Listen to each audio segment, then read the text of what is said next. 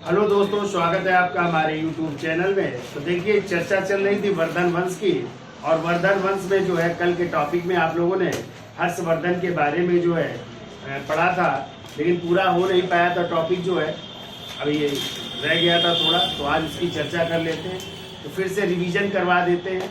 तो देखिए, वर्धन वंश में हमने आपको बताया था कि जो है वैसे तो संस्थापक थे पुष्यभूत, ठीक है, इसलिए इसे पुष्यभूति वंश भी कहा जाता है। लेकिन नरवर्धन से जो है यहाँ के जो है शासकों के बारे में जानकारी प्राप्त होती है, और इसी वंश के शासक हुए थे प्रभाकर वर्धन।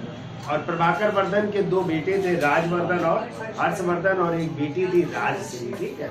तो हमने आपको बताया था कि प्रभाकर वर्धन की जब मृत्यु हो गई थी तो उनकी पत्नी क्या हो गई थी, सती हो गई थी, जिनका नाम था यशोमती। किस नदी के किनारे? सरस्वती नदी के किनारे सती हो गई थी, ये भी आप लोग याद रखिएगा, ठीक है। फिर जो है बड़ा बेटा बना राजवर्धन, और राजवर्धन की हत्या किसने कर दी थी? बंगाल के गौड़ शासक शशांक। और दूसरी तरफ जो राजवर्धन के बहनोई थे, मौखरी, कन्नौज के मौखरी शासक थे, जिनका नाम क्या था? ग्रह वर्मा। उनकी भी हत्या कर दी थी मालवा के शासक, जिनका नाम था देवगुप्त। तो मालवा के शासक देवगुप्त और शशांक ने मिलकर के किसकी? गृह वर्मा की हत्या कर दी थी, और राजश्री को क्या कर लिया था? बंद कर दिया था। फिर इसके बाद जो है राजवर्धन की हत्या के बाद या मृत्यु के बाद जो है अगले शासक कौन बने? हर्षवर्धन। और हर्षवर्धन का टाइम है 606 से 647 ईस्वी। तो जो उनकी डेट है राज्याभिषेक के 606 ईस्वी, उसको ही कहते हैं हर्ष संवत की भी डेट वही है 606 ईस्वी। तो हमने आपको बताया था हर्षवर्धन ने स्वयं को क्या कहा था? राजपुत्र कहा था। क्या कहा था? राजपुत्र कहा था। जबकि होयनसांग ने उनको क्या कहा है? शिलादित्य कहा है। जबकि जो है हमने आपको बताया था जो चीनी यात्री थे मातृ, उनके अनुसार जो है उन्हें मगधराज या मगधनाथ के नाम से भी जाना जाता है, ठीक है।